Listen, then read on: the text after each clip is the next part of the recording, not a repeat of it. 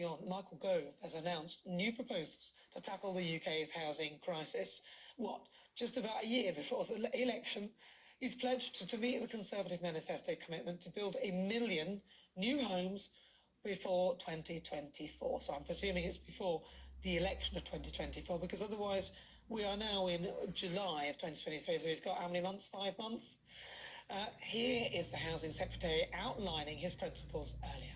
The long-term plan has 10 principles.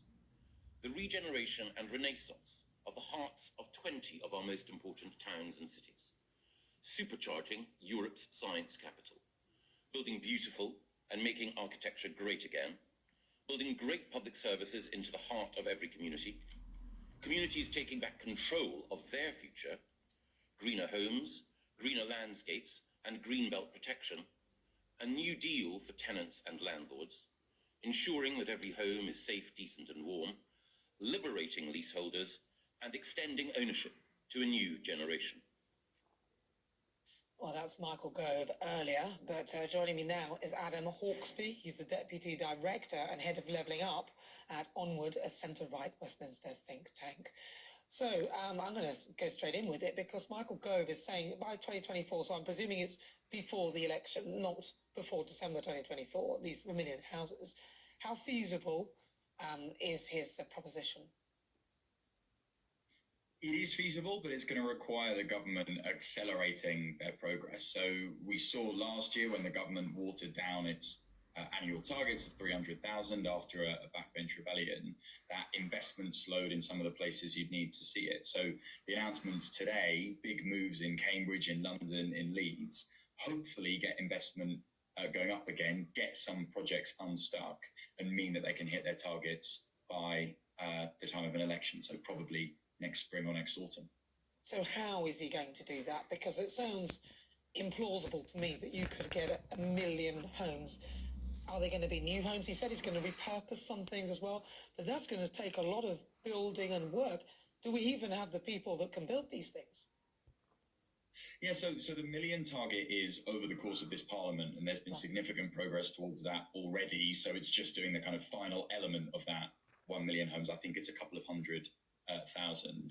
And yes, there are the people that can do it. I mean, there are some bottlenecks in the construction industry, but actually one of the biggest challenges is the availability of land that has planning permission and where projects are moving forward. So the hope is that the announcements today on things like changing what they call technically permitted development rights, but to you and me, that's basically turning shops and offices into homes in city centres, and the announcements about things like development corporations, so some of these big entities that are responsible for the regeneration of Canary Wharf, that they might have in the East End of London, what they're calling Docklands 2.0, in Cambridge, a new urban quarter with 250,000 homes, and in Leeds, where they want to do a lot of work in the city centre. That's how they're trying to get stuff moving.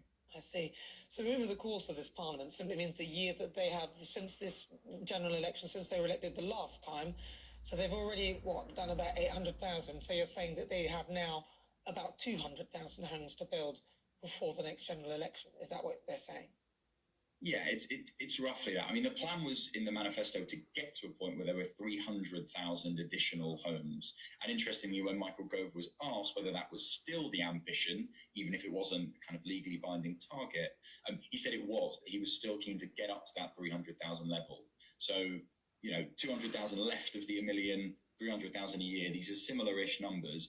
The point is the government haven't been meeting them today. So I think what today was all about was accelerating the scale of delivery so that they can hit those targets.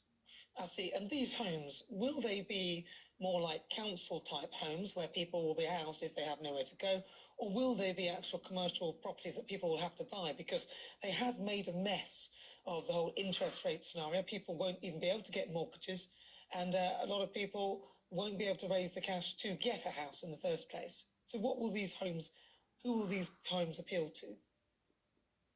So I think the plan is for there to be a range of different homes available. So on social housing, Michael Goves committed to having 30,000 social homes a year. That's a big expansion on previous numbers. He's committed that the £11.5 billion the government spends on their affordable housing programme, a lot of that will go towards social homes. But the big play today, the political angle that Michael Goves was putting forward, was about densification of city centres, the way we can avoid what he said is concreting over the countryside is to get more homes built right in the centre of cities. So those sorts of homes are probably more likely to be flats. They're probably more likely to be rented as opposed to bought. But what that really importantly does is release pressure on homes that might be in the suburbs with gardens, that might be homes that families move into, and mean that the prices of those go down. That might not help with mortgages today, but in the medium term, that means that some of these properties will cost far less. Okay, Adam, I'm just going to ask you very briefly, and with this wonderful idea of all these new homes, has he got provision for infrastructure? Because obviously we'll need more schools, more dentists and all that sort of thing. I didn't hear him mention that.